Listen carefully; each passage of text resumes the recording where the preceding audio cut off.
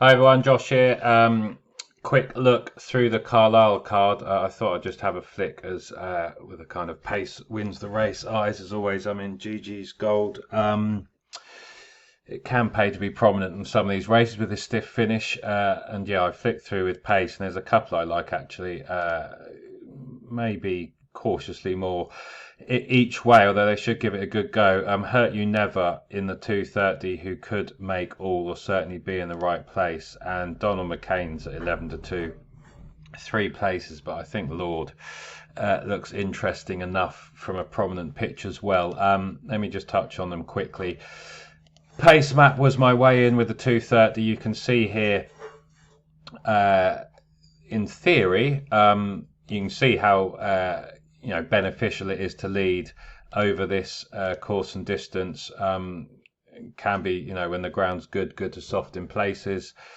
It looks like they will be aggressive, and he should get out and prominent, and might well try and make all. Harry Mole might push the pace. I'm not quite sure anything on, certainly on recent efforts will do so. Always a chance something else launches forward and beats him up, which wouldn't be ideal, but he should certainly get a advantage from track position and attempting to make all.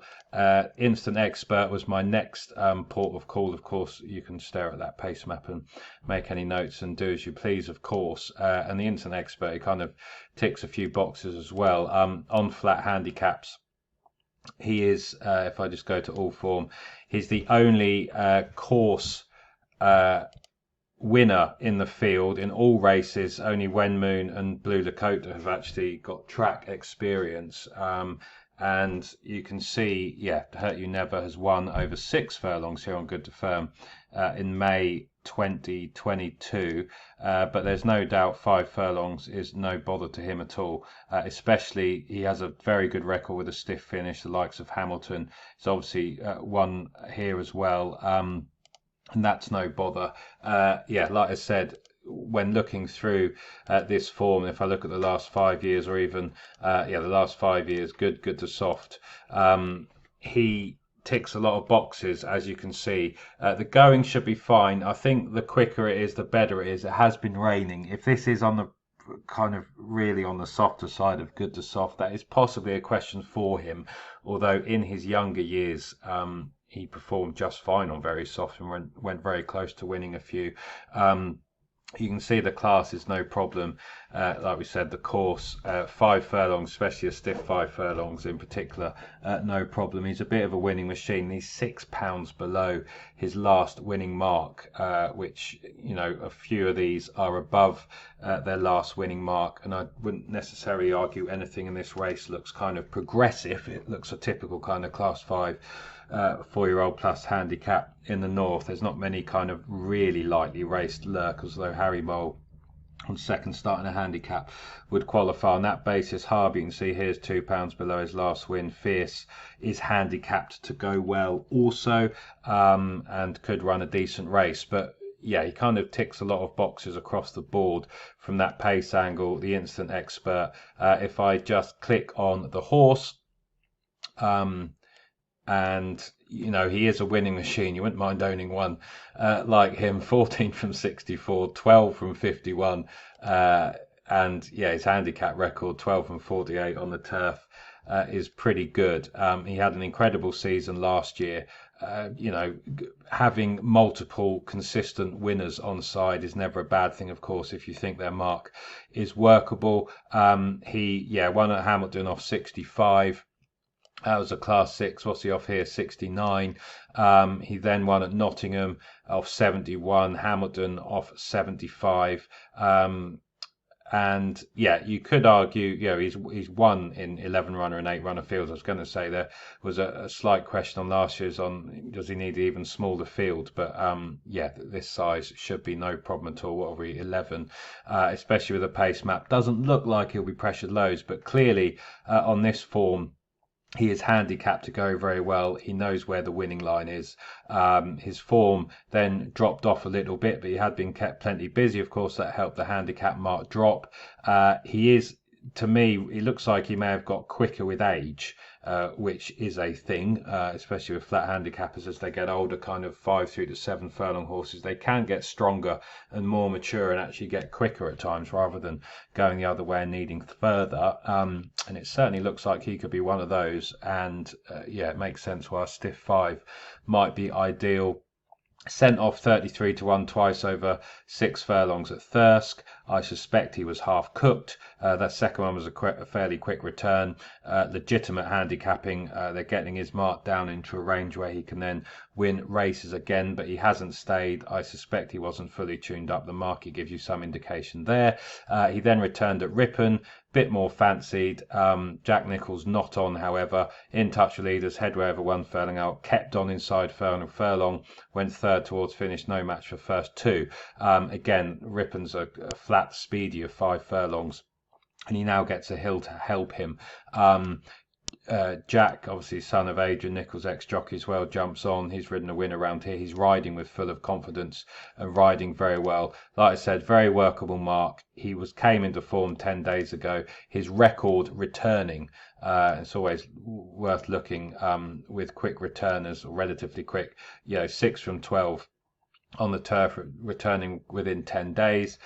This is his time of year. He's won plenty from kind of May onwards, and I just thought he ticked a hell of a lot of boxes. I have gone through all the other horses and profiles and everything else, and I can't say there was necessarily anything scaring me off. There are, if I just click on odds checker at the 230, I was surprised to see him. Well, it shows maybe how open the race is, but 6 to 1 across the board, I thought looked rather generous on my reading of things. You can see Fierce as being niggled at, Imperial Guard, Wen Moon a little bit as well, but yeah, there's 4 places with Bet365, Sky and Paddy Power, if you can get on with any of those. 3 places, others. I think he looks a really solid each way bet at 6 to 1, and I'll be gutted, obviously, if he's outside the first 3 or 4. But yeah, that's the reasoning why. I won't go through all the other horses. I have done that. I've backed him with my own money. And for me, yeah, he looked the bet in this race, and hopefully he can go from the front or certainly be bang there. If he runs like he did at Ripon and builds on it, he's going to keep going. Like I said, handicap to go well. The only little niggle is if he does really need fast ground now, and whether the rain and it kind of going good to soft is going to dent him a bit. But at that price, on the basis of if I go back, obviously this is when he was younger, he performed just fine on kind of good to soft. He won as a 2-year-old, sorry, didn't win as a 2-year-old on soft, but has run some good races. If I can find them, yes, here's one, sorry, Redcar. And he ran okay there. That was proper soft. This isn't going to be anything like that, but it showed to me that it was okay.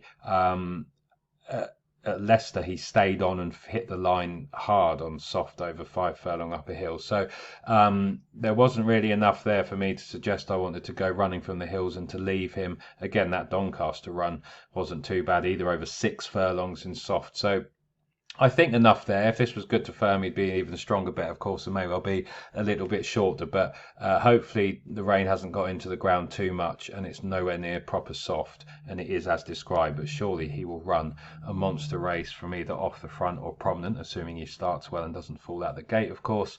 And yeah, I should be excited in theory on paper going into the final furlong. So here's a strong each way bet for me. Lord, less so, but interesting.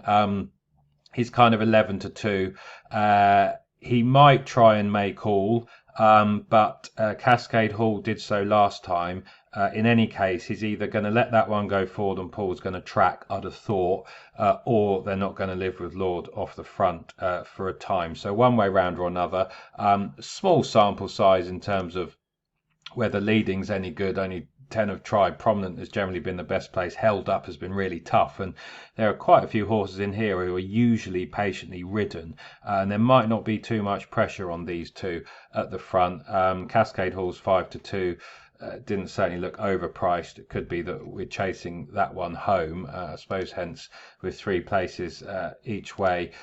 Makes handicap debut on the flat, and Donald McCain, with all handicap debutants, this will cover jumps. I'm not actually sure the flat figures within this, but he does just fine there, especially in the last year with horses on handicap debut, as you can see. Obviously, a lot of these stats will be jumps horses. He's done well enough with flat staying handicappers in the last couple of years, and the yard are going okay for them. Not spectacular, but they're having winners, and I suppose they're never spectacular these days, and firing them in. Of course, I think everyone would have seen his hurdles form. I mean, for example, he's up against As Fast as Wind, who was struggling to win Class 4 handicap hurdles, and he's up against a horse here who was, won a listed 3-year-old at Aintree, went very well in an OK at Musselburgh as well, was clearly highly tried, ran in a maiden here at 17-2. 12 furlongs may have been short enough. He's up another couple here at a much stiffer track. He clearly won't mind whatever the weather does, given his hurdling form. He's unexposed. He pushes the pace. He will stay well. He will gallop. Paul Mulrennan keeps the ride. I just thought that extra upping in distance from what looks a workable mark on the balance of his jumps form. They often say you can add 30 or 40 pounds to a kind of flat mark to get an idea on jumps. In that scenario, it'd make him well handicapped. He's probably not as well handicapped as on those kind of bare figures, and adding those kind of 40 pounds on would lead you to suggest, if he was, obviously this lot are in big trouble. But I just thought he was interesting. Not as strong or confident probably as the sprint handicap I mentioned before, but I have had a little each way on him at 11-2 as well. A few of these are up in class, and I think he's going to stay. Like I said, enjoy this course and distance, stepping up in trip.